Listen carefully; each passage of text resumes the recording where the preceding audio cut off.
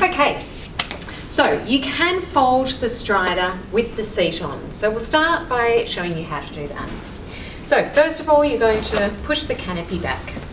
You have two triggers, one on each side, just underneath the frame here. You're going to pull the triggers up, and then you're going to start to lower the handle down. You can grab the arm bar and then pop down and rest it on the ground. Now the arm bar is protected because there is a protector positioned on the arm bar to make sure that the leatherette doesn't get scratched.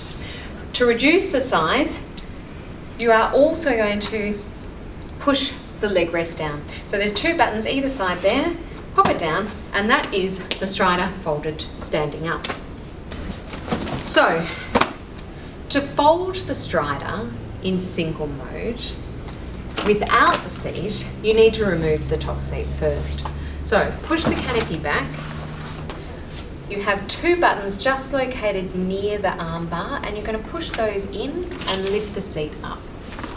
Pop that in the car. Now to fold the frame. Because you have less weight because of the seat and more space in here, what you need to do is just lift the two triggers either side of the frame, step back. There is a bar in the centre, and you're going to pull that forwards and lift towards your body. And so you can see that now that's resting on my front of my legs. You then bend at the knees, put your hands around the bottom section of the frame, and then you're going to lift. And you can see how easy that is, and it's about the right height for you to pop into the boot of your car.